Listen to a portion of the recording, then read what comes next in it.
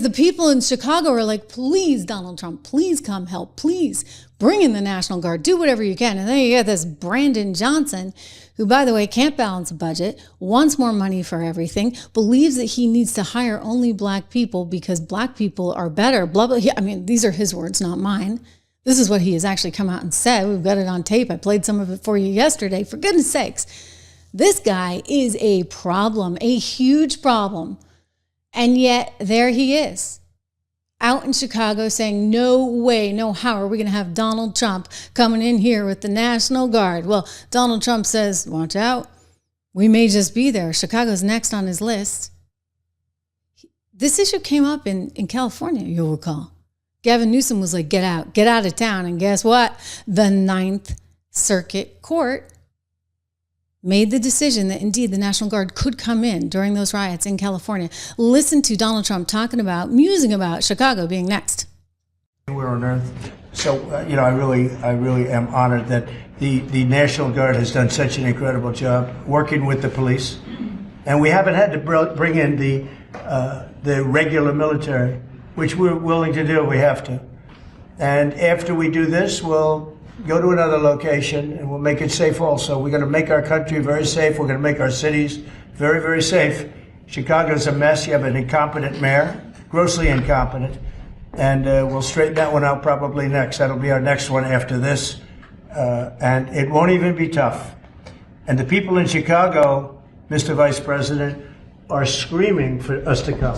They're wearing red hats, just like this one. But they're wearing red hats.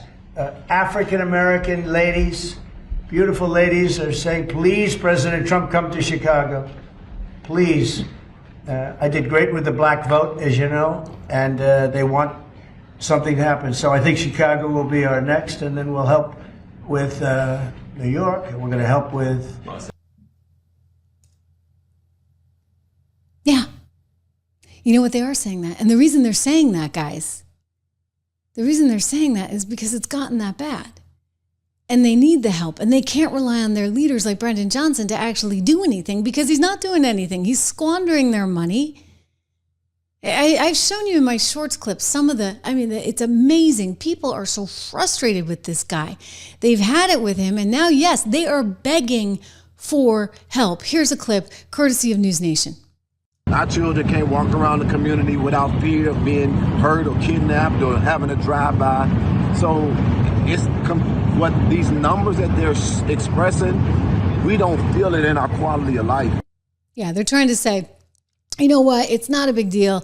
You must be imagining this, right? That they tried to say the same thing, by the way, in D.C., that the numbers in terms of homicides and stuff that they were going down. And people are like, yeah, it doesn't really feel that way because it doesn't feel so safe here in the city of D.C. And you had members of the media even coming out and saying that.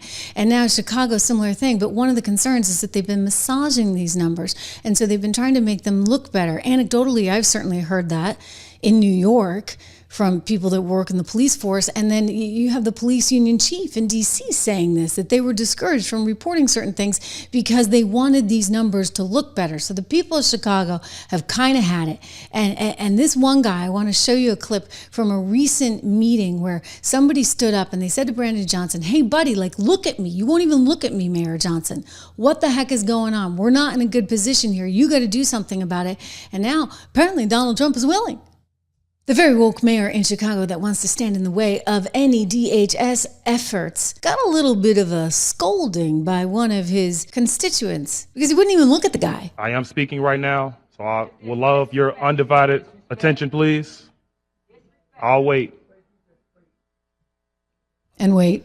So this just proves to you the lack of leadership that you show in this city. You can't even give me straight eye contact.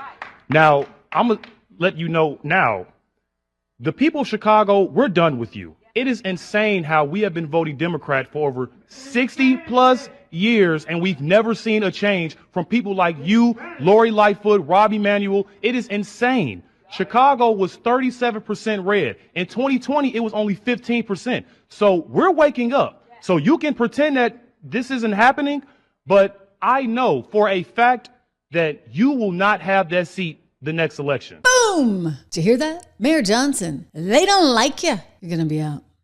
Yeah, you will. They really don't like you in Chicago right now. And it's fascinating because people would have never thought that you would have gotten this vote or that you could get this vote. And the black vote had gotten locked up by the left. And the reality is, I think so many hardworking black Americans are saying, hang on, they promised us this, that, and the other, and none of it's happened. And you can go back to sort of Johnson, right? Lyndon Johnson, when they put in a lot of programs that actually hindered black Americans instead of helping them. And we've seen a deterioration, for example, in the family unit as a result of that. And if you had the left in charge, that would have continued. Think about Black Lives Matter. They used to have on their website as one of their tenets there, one of their big beliefs was the destruction of the nuclear family. They wanted to get rid of the nuclear family. Like, how does that help you guys? I don't know. Like, it really doesn't. Like, being a nuclear family is actually incredibly important to putting people in a better position because you know what? Then you got two instead of one, all right? And when you have kids, believe me, you need all the help you can get, okay? So having two parents in a household is a big deal. And yet they wanted to destroy this. And I think Chicago has gotten to the point where they realize that this guy I'm about to show you is a total freaking fraud. As the mayor of this city, I can tell you that Chicagoans are not calling for a military occupation. They are calling for the same thing that we've been calling for some time, and that's investment. What safe cities across America all have in common, they invest in people, and that's what we're doing in Chicago. We need the federal resources to make sure that we're building more affordable housing, expanding mental and behavioral health care, education, all of these things that could reduce crime and provide real community safety. Instead of spending hundreds of millions of dollars for a publicity stunt to invoke chaos and terror, the federal government should spend that money on proven solutions to crime and violence reduction. We cannot incarcerate our way out of violence. We've already tried that, and we've ended up with the largest prison population in the world without solving the problems of crime and violence. The addiction on jails and incarceration in this country, we have moved past that. It is racist, it is immoral, it is unholy, and it is not the way to drive violence down. We cannot return to the same failed strategies that got us here in the first place. Under the previous presidential administration, we requested more federal resources to address gun violence in our city. We continue to make that same call. We have made significant progress on our own, but there is so much more that we can do if we had real support from the federal government.